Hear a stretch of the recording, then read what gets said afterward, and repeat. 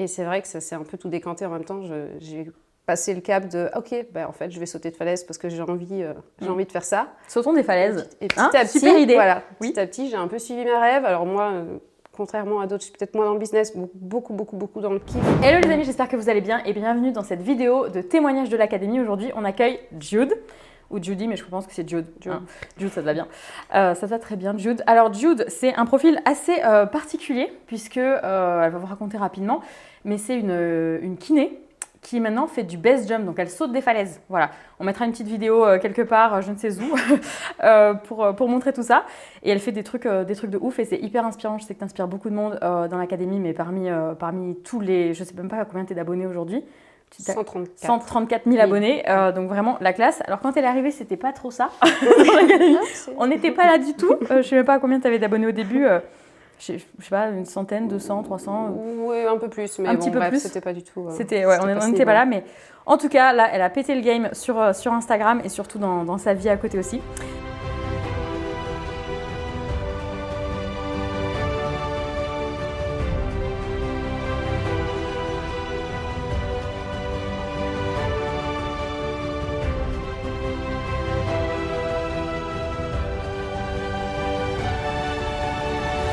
Donc, est-ce que tu peux te présenter? Je m'appelle Judy, donc Jude majoritairement et un peu partout.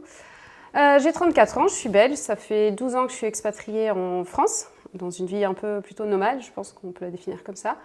Tu vis dans ton van, il me semble? Oui, alors j'ai arrêté depuis un mois. Ah d'accord, Je progresse, je suis sur d'autres plans. Mais voilà, donc je fais du base jump qui fait quand même partie bien intégrante de ma vie maintenant, et je suis kiné aussi à côté pour pouvoir alimenter d'autres projets par la suite. Et il me semble que tu vis aussi à La Réunion régulièrement. J'ai habité 4 ans à La Réunion, j'y retourne tous les hivers. C'est mon petit coup de cœur des îles. J'ai un peu du mal avec l'hiver, donc oui, j'essaye de voyager pas mal. On suit l'été un petit peu. Voilà, c'est ça. Ok, ça marche. Beaucoup à gauche à droite. Et comment est-ce que tu m'as connue? Sur les réseaux, mais ça remonte, parce que c'était, je pense, confinement. D'accord, on a fait les 2020. premiers coachings ensemble, je dois être dans tes premières élèves, je crois, je me souviens. Ah oui, c'est vrai, voilà. C'est vrai. Donc, c'était au moment où tu étais blessée au genou et tu commençais tes coachings. Donc, voilà. Donc tu fais... Purée, c'est incroyable ça. J'avais zappé ça. En fait, avant de lancer l'académie, je faisais du coaching en one-one. Et puis après, en fait, je me suis retrouvée vraiment débordée de coaching. Et donc, j'ai créé l'académie pour automatiser une partie des vidéos et créer toute la partie communauté.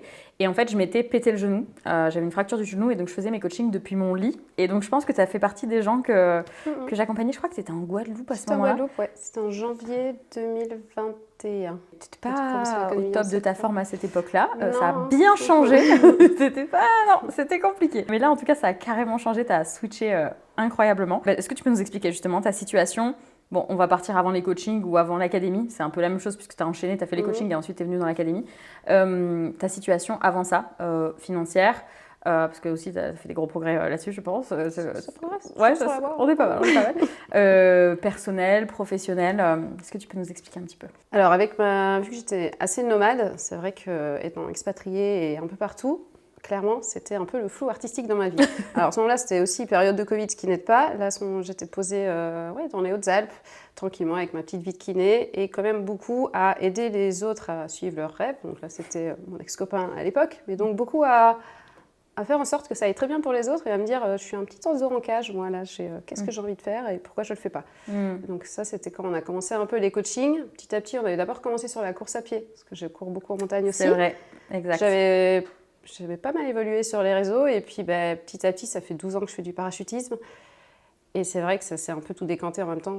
J'ai passé le cap de ok, en fait, je vais sauter de falaise parce que j'ai envie de faire ça. Sautons des falaises. Et petit à petit, super idée. Voilà, petit à petit, j'ai un peu suivi mes rêves. Alors moi, contrairement à d'autres, je suis peut-être moins dans le business, beaucoup dans le kiff. J'ai besoin d'être un peu structurée. Mais voilà, donc avant, c'était un peu la petite vie posée, kiné. J'allais courir en montagne, je voyageais un peu, mais il manquait quelque chose.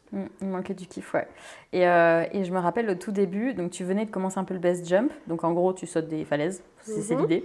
Je crois qu'il y avait très peu de femmes, je crois quasiment pas de femmes d'ailleurs qui le faisaient en France. On n'est pas très nombreuses en tous les cas. Ouais. Et maintenant je connais pas ce milieu assez bien, mais j'ai l'impression que t'es un peu la ref, quoi, quand même dans... Alors, on est quelques femmes, après des femmes qui persistent et qui continuent dans un milieu très masculin avec tout ce qui est risque et autres.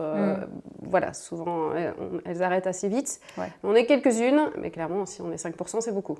Ouais. Donc voilà. Et puis, Alors que maintenant, tu sautes tout le temps. Enfin, je te vois tout le temps faire des trucs de ouf. Du Oui. viaduc de Millau, là où tu fais du toboggan et puis tu sautes du pont. Tu fais des trucs incroyables. Donc vraiment trop bien. Et il y a eu plusieurs vidéos qui ont bien explosé. Enfin, franchement, bravo. Parce que c'est hyper inspirant. Enfin, vraiment, t'as pété le game, je trouve. Sur Instagram, sur les codes d'Instagram, t'as des vidéos qui ont fait des millions et même des dizaines de millions de vues. C'est beau, franchement. Tu as des marques qui t'ont contacté après comment ça s'est passé? Oui, alors bon, donc, petit à petit, effectivement, j'ai continué. J'ai toujours posté mes voyages, mes sauts, enfin voilà, le trail, etc. Et petit à petit, effectivement, j'ai eu une vidéo qui a buzzé en août 2022. Donc c'était après l'académie, après tout ça. Où effectivement au début je n'osais pas trop poster, enfin voilà, c'est un milieu assez particulier aussi, c'est de l'extrême, c'est beaucoup se montrer sur les images, est-ce qu'on fait pour les réseaux, est-ce qu'on fait pour soi, je connais très bien ma réponse de mon côté, mais voilà, ça peut aussi avoir on est beaucoup jugé, critiqué, donc cette vidéo a buzzé en août 2022, donc effectivement j'ai dû passer de 7 ou 8 000 abonnés à 120 000. Sur TikTok, je crois que c'était passé de 300 à 160 en 10 jours, c'est assez 160 000. C'est assez hallucinant quand tu es dans l'algorithme. Voilà. Ouais.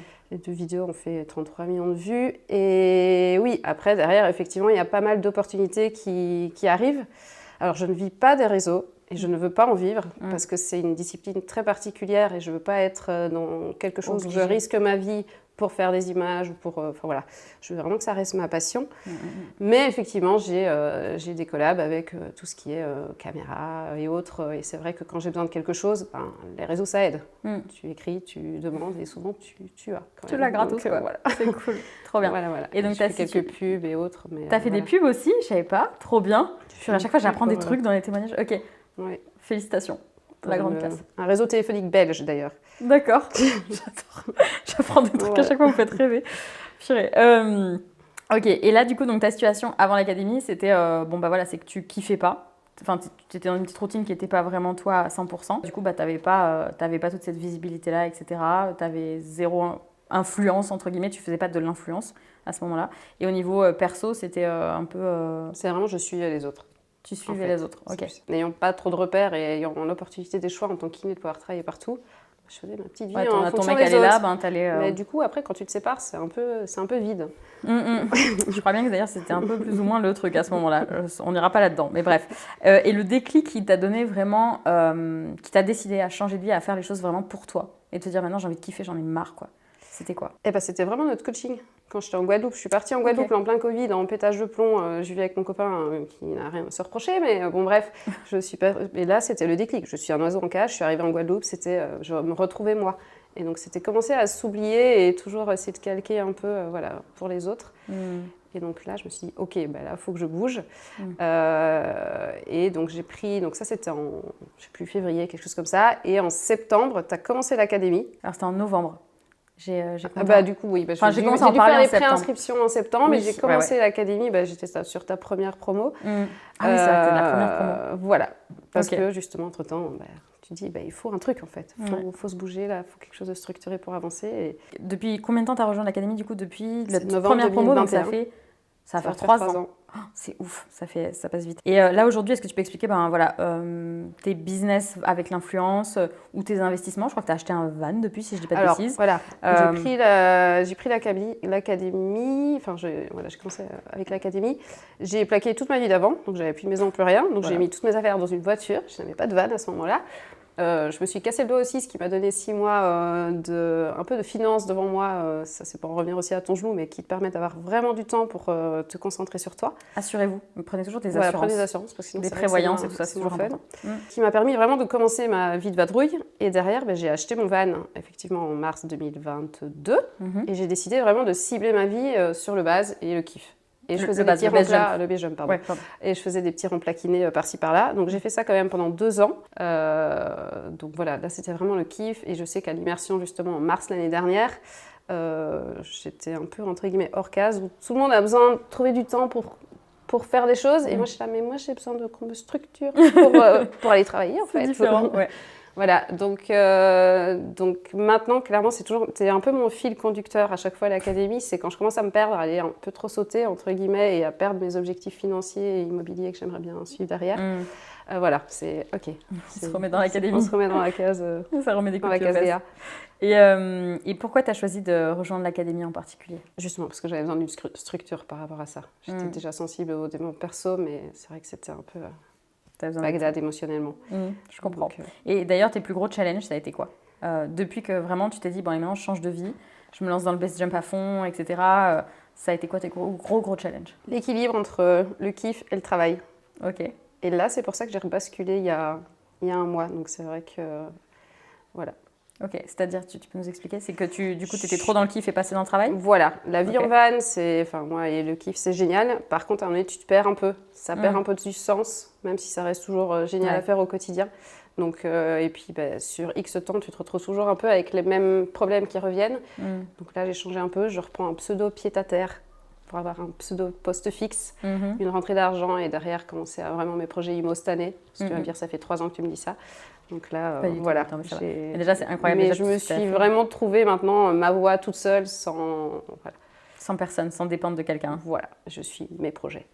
Là, ouais, toi, tu voulais investir dans l'IMO et puis voilà, il y a pas mal de challenges qui ont fait, bon, on va pas le dire ici, mais qui ont fait que tu pouvais pas forcément le faire. Et de vadrouiller beaucoup. Et tu vadrouillais pas mal. Le matos coûte vraiment, le tout, même si, certes, je reçois des choses, mais je prends pas tout non plus gratuitement. Et puis, juste de vadrouiller tous les week-ends, ça coûte pas mal d'argent. Voilà, j'ai la vie en van, mais la vie de princesse en van, qui fait vraiment tout ce qu'elle a envie de faire. Et donc, voilà, il faut que ça rentre, donc c'est plus pour ça. Donc, mes projets IMO, c'est pour l'automne, on peut noter. Okay. Ça y est, tout le monde a entendu. Voilà, on est au mois de mai. C'est pour cet automne. Donc, tu vas investir dans l'IMO. J'ai la plupart de mes élèves, je pense que plus de la moitié des élèves de l'académie, ils investissent dans l'IMO ou ils ont investi dans l'IMO. Enfin, voilà, ou ils veulent le faire en tout cas. Une chose dont tu es hyper fière. D'avoir fait ma place dans le milieu. C'est trop bien. Ça, c'était important pour toi. Oui. C'était vraiment important d'avoir pris ta place, c'est clair. Puis maintenant, tu es et d'être respectée malgré les réseaux qui peuvent donner une image parfois négative de tout ça. Mais donc oui. Trop bien. Tu vois, quand les autres nous respectent, c'est parce qu'en fait, on commence à se respecter soi-même, souvent. C'est ce qui se passe et c'est exactement ce qui s'est passé pour toi. C'est beau. À respecter ses rêves et à les atteindre. Une erreur que tu as faite, un truc où, purée, tu n'aurais jamais dû faire ça. Mais je pense qu'il n'y a pas d'erreur. Moi, c'est plutôt, je pense que chaque fois, c'est des petites, c'est des challenges. Parfois, c'est pas très cool, mais ça fait évoluer. Donc, c'est vraiment pour moi des virages. Parfois, tu es dans un sale rond-point. Donc, c'est à ce moment-là que c'est bien de faire un vieux rond-point. Mon mindset. Tu te prends une sortie et... ouais, pour moi, c'est plus ça que des erreurs, parce que ça m'a vraiment fait évoluer. Et tu as mis en place des habitudes, mindset peut-être, business, je sais pas, ou réseaux sociaux, j'en sais rien, de création de contenu. Après l'académie, il y a des trucs qui t'ont aidé? Plus mindset, de ne pas s'auto-saboter, de ne pas se dire je suis nulle, je ne vais pas y arriver, pourquoi ils y arrivent? Enfin, voilà, eux ils y arrivent, oui, en fait, je peux y arriver. Si à 3 ans, j'avais vu ma vie de maintenant, j'aurais pas pu l'imaginer. Et donc, voilà, après les Miracle Morning, j'aime beaucoup, j'en fais souvent. Et ouais. Tu peux expliquer en 2 minutes ce que c'est le Miracle Morning pour ceux qui ne connaissent pas? C'est, vous vous levez plus tôt le matin, vous prenez un petit temps pour vous, alors à choisir, le timing, avec un peu de lecture, un peu de visualisation, un peu d'exercice, méditation, il va m'en manquer, écriture, et il y en a 6. En fait, c'est visualisation et affirmation, c'est à peu près les mêmes. Quoi. Voilà, les affirmations. Et donc voilà, prendre un petit temps pour soi, en gros, tous les matins, pour se lancer dans la journée, se focus. Et après, on a une énergie de dingue. Trop bien. Donc, et l'académie, qu'est-ce qu'elle t'a apporté aussi? Je sais pas, qu'est-ce qu'elle t'a apporté? De la structure, tu me disais? La structure, la confiance en moi, ça c'est sûr. De très jolies rencontres. D'ailleurs, j'ai ma business partner, c'est qui? Amy. Amy, d'accord, oui, Amy. Qui est kiné aussi d'ailleurs. Oui, kiné, c'est pour ça, souvent, ça match. Petit miroir, ça marche bien. Et combien de temps t'as mis du coup entre ton démarrage dans l'académie, juste refais-moi un petit check-up, le moment où tu as vraiment démarré dans l'académie et le moment où tu as osé te lancer, tu vois, par exemple dans le base jump à vraiment plus grande échelle, tu vois, à dire bon allez c'est bon, je prends ma place. Il y a eu combien de temps? Ça s'est fait petit à petit entre le coaching, l'académie et puis l'immersion, donc j'ai vraiment l'impression d'avoir des étapes. Mais clairement après l'académie, là, je me suis dit ok, c'est plutôt on va dire l'achat du van. L'académie c'était en novembre et j'ai vraiment pris ma vie van tranquille en mars. Ouais, donc qui 6 suivaient. mois après. Donc, Et, 6 et mois la après, première marque qui t'a contacté ou qui a accepté un les partenariat? réseaux, après, c'était 6 mois derrière. Ok. Petit à petit, ça montait. Et puis derrière, derrière ça suit. J'ai les opportunités. C'est vrai que maintenant, on a pas mal de projets aériens, etc. Et je sais que Des projets aériens. ça mène sur Waouh. plein d'autres choses derrière, à côté Ok. de la kiné et ma vie, mes projets IMO, etc. Incroyable. C'est un Tu peu veux nous en de- parler de un de projets? Tu peux nous le dire ou c'est des trucs confidentiels? Parce que je sais Non, qu'il y mais a on a des pubs des fois qui font des trucs. Oui, non, on a des projets. En fait, c'est juste sur la créativité. Là, notre projet de cet été, c'est prendre une montgolfière, de mettre les cerceaux, je sais pas si vous voyez, les cerceaux un peu aériens, là, comme il y a tissu aérien où tu peux te pendre. Ok. De mettre le cerceau en dessous avec une amie, faire voilà, quelque chose de joli, et puis on saute Tu sautes petit d'une peu, montgolfière. du cerceau. Du sous la cerceau de la montgolfière. montgolfière. Voilà. Ok, ça a Il y l'air a cool. plein de projets comme ça, un peu. Bah, on a hâte de voir la vidéo, franchement. T'es ouf, j'adore. Ok, et quel conseil tu peux donner à quelqu'un qui démarre de zéro sur les réseaux sociaux? Toi qui as vraiment fait énormément de super contenu, tu vois. Est-ce qu'il y a des conseils que tu peux donner à quelqu'un comme ça qui démarre? De faire avec le cœur, déjà, et de rester authentique. Mm. Et après, de faire la formation de Léa, parce que clairement, je ne suis pas la pro des réseaux sociaux malgré tout. Moi, je suis dans une niche où on n'est pas nombreuses et que c'est assez impressionnant. Donc ça aide. Mais clairement, oui, moi, je fais toujours avec le cœur. Je mets pas trop, je mets pas d'artifice. Et puis juste oser, en fait. Parce que là, ouais. Oser y aller à fond. Trop bien. Est-ce qu'il y a autre chose que tu aimerais ajouter pour les gens qui n'osent pas vivre leur rêve? Parce que, en fait, l'académie, il y a quelques personnes qui ne montent pas forcément un business tout de suite. Enfin, toi, tu as plein de partenariats avec des marques pour te permettre de faire ce que tu aimes. Tu aimes quand même la kiné. Tu gardes quand même la kiné. On n'est pas obligé d'arrêter son taf du jour au lendemain. En fait, si tu aimes la kiné, go. Ouais, je sais pas, est-ce qu'il y a des choses en particulier que tu aimerais ajouter pour ces personnes-là? Que la vie est courte. En même temps, on a envie d'en profiter. Donc, il y a un certain paradoxe, mais juste... si vous êtes dans une situation pourrie, on en voit tellement dans notre milieu en kiné ou même dans la vie de tous les jours, effectivement, juste sortez. Enfin, faites la liste des pour et de ce que ça peut vous apporter et de quoi vous êtes en train de rester dans des frustrations. Je pense que la liste sera tellement toujours plus grande voilà, sur le positif et juste bougez-vous. Alors oui, ça fait peur, oui, il y a des moments où ce sera nul et ce sera compliqué, mais derrière, vous serez tellement fiers de vous et voilà. Donc c'est plus voilà. À fond. Bougez. Trop bien. Et dernière chose, un conseil que tu pourrais donner à quelqu'un qui hésite à se lancer dans l'académie, qui ne connaît pas trop, qui ne sait pas s'il est capable, etc. Pour être la première à un peu éparpiller mon argent et me dire « Ah ok, est-ce que je mets ce budget-là dans la formation ?» Franchement, c'est tellement effectivement investir sur soi-même, donc c'est très important et on va tellement loin avec ça. Et puis surtout, faites attention à tout ce que vous dépensez bêtement, mais mettez-le dans quelque chose d'utile en fait.